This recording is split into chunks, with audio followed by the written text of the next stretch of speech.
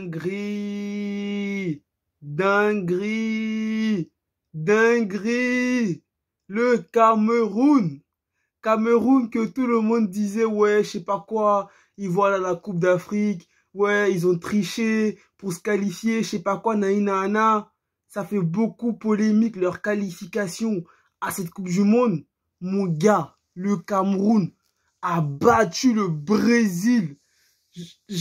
J'ai même pas les mots. J'ai pas les mots, frère. Le Brésil, frère.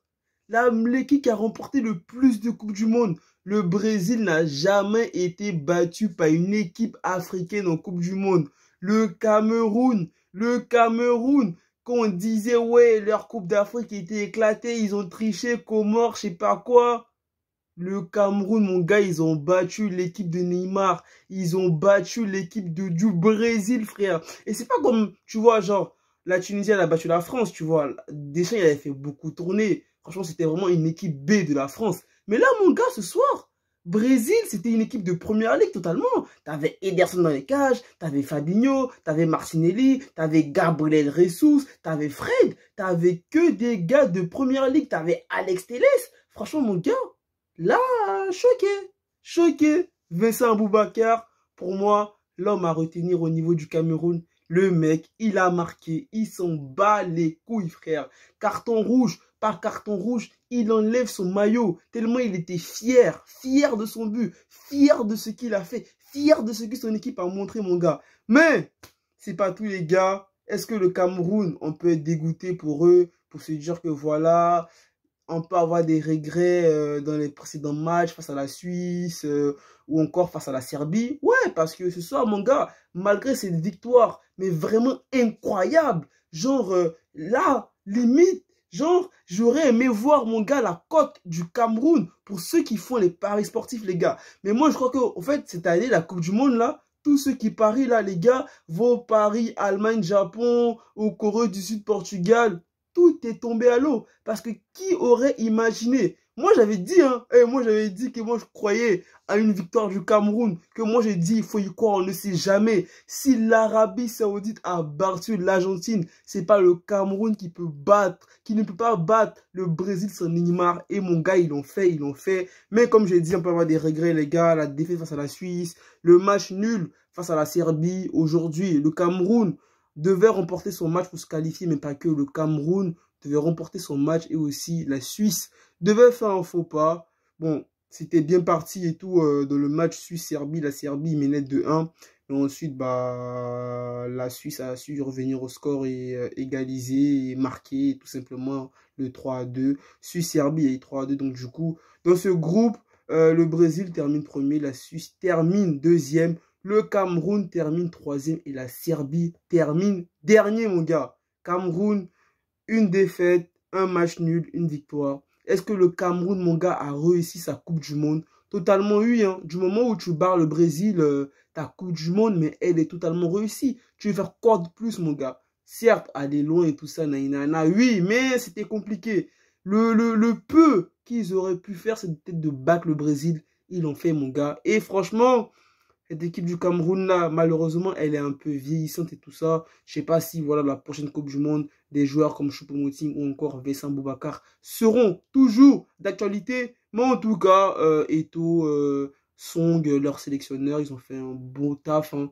Franchement, battre le Brésil quand même, c'est pas battre... voilà, quoi. C'est pas le Bayern qui bat le Barça. Tu vois ce que je veux dire ou pas? Voilà. Battre le Brésil, voilà, quoi. C'est un truc de malade. Donc, le Cameroun est l'ensemble, les gars. Sinon, les gars, c'est pas tout. Il y a eu le match aussi Ghana-Uruguay. Pour moi, je me suis dit, bon, si une équipe africaine peut avoir l'exploit de se qualifier, en plus avec le contexte et tout ça, le Ghana, vous savez, en 2010, la main de Suarez, est-ce que le Ghana allait prendre sa revanche? Mais mon gars, aujourd'hui, c'est encore une histoire de penalty. Hein. Le Ghana a un penalty face à l'Uruguay. Je ne sais pas ce qui se passe avec cette équipe du Ghana lorsqu'ils ont un penalty face à l'Uruguay. Mais Asamoah Gyan, non, c'est pas Asamoah Gyan. André Ayew, je sais pas comment il tire les penalties, frère. Je sais pas ce qu'il a voulu faire. Je sais pas. Pour ceux qui ont vu le match Ghana-Uruguay, comment il a tiré le penalty, même moi je l'arrête. Même toi tu l'arrêtes, frère. Frère, il prend son élan, il ralentit, il regarde la caméra, il regarde le gardien. Tellement il avait peur de rater. Bah c'est ça, hein. Il avait tellement peur de rater qu'il a raté, tu vois. Et du coup, bah vu que voilà, le penalty du Ghana a été un peu contexté, il y a eu intervention de la VAR. Vu que le Ghana a raté son penalty, bah les Uruguayens, bah tout simplement, ils ont été motivés. Ils ont marqué 2 buts au Ghana, ils se sont imposés 2-0 face au Ghana. Bon, physiquement, on va dire que voilà, l'Uruguay était totalement au-dessus parce que je pense que le match que le Ghana a fait face à la Corée, il était très intense. Donc aujourd'hui, bah, les Uruguayens, franchement, ils étaient quand même et tout physiquement au-dessus.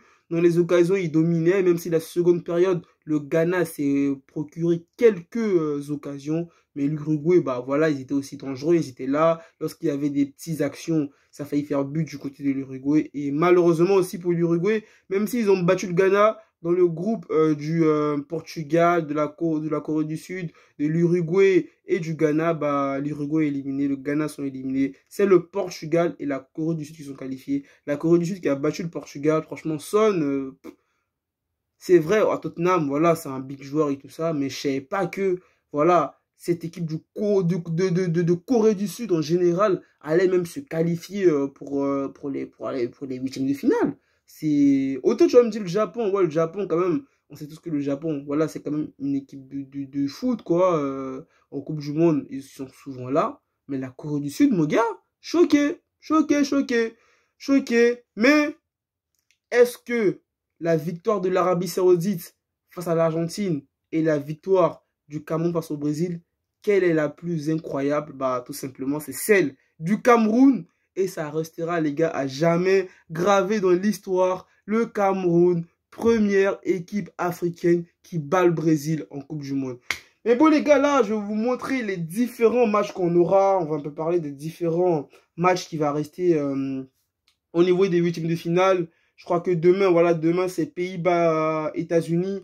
Je vous donne mes pronos comme ça rapide. Pays-Bas, États-Unis, bon, comme ça, je dirais, il y a moyen les États-Unis ils passent. Mais tu vois, les frérots du Barça, Memphis Depay, Frankie de Jong, on va supporter le Pays-Bas. Argentine, Australie, Messi, il a quitté le Barça, je l'aime plus. Je vais supporter l'Australie. France, Pologne, bah, bien évidemment, frère, on va supporter la France. Lewandowski, même si t'es au Barça, mais il y a quand même 2 joueurs du Barça qui sont en France, Koundé, Ousmane Dembélé, et en plus, frère, on est en France, t'as capté tout ça. Donc, on supporte la France. Angleterre, Sénégal, bien évidemment, on va supporter l'Angleterre. On va... là, j'ai bugué. Bien évidemment, on va supporter le Sénégal, les frères. Bien évidemment, on va supporter le Sénégal.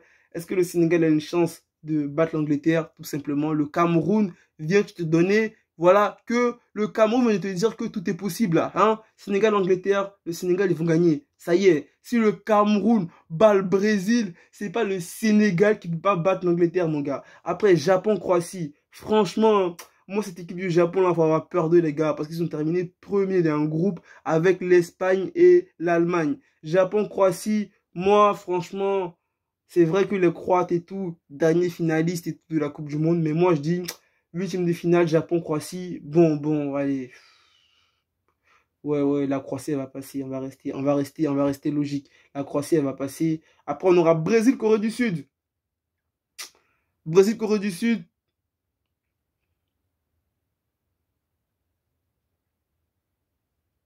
Franchement, les gars, Brésil-Corée du Sud, là. Après, bon. Après aussi, il faut pas oublier, les gars, que huitième de finale dit prolongation, dit tir au but, hein, parce que j'ai pas pris ce facteur en compte. Hein.